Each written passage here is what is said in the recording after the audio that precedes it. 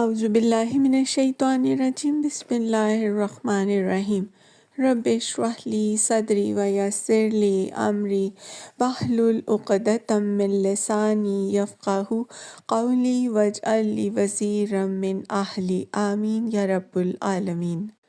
آج ہم سورہ النساء کا ترجمہ آیت نمبر 141 سے شروع کر رہے ہیں۔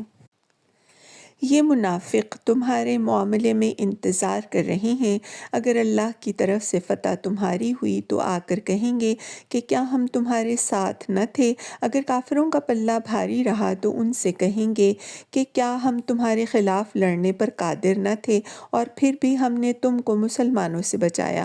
بس اللہ ہی تمہارے اور ان کے معاملے کا فیصلہ قیامت کے روز کرے گا، اور اللہ نے کافروں کے لیے مسلمانوں پر غالب آنے کی ہرگز کوئی سبیل نہیں رکھی ہے۔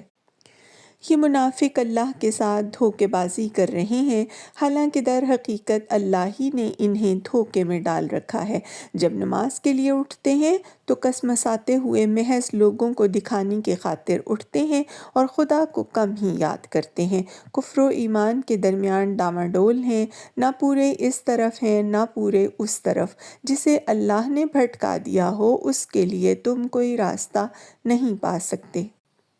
اے لوگو جو ایمان لائے ہو، مومنوں کو چھوڑ کر کافروں کو اپنا رفیق نہ بناؤ۔ کیا تم چاہتے ہو کہ اللہ کو اپنے خلاف صریح حجت دے دو؟ یقین جانو کہ منافق جہنم کے سب سے نیچے طبقے میں جائیں گے اور تم کسی کو ان کا مددگار نہ پاؤ گے، البتہ جو ان میں سے تائب ہو جائیں اور اپنے طرز عمل کی اصلاح کر لیں اور اللہ کا دامن تھام لیں اور اپنے دین کو اللہ کے لیے خالص کر دیں، ایسے لوگ مومنوں کے ساتھ ہیں اور اللہ مومنوں کو ضرور اجر عظیم عطا فرمائے گا۔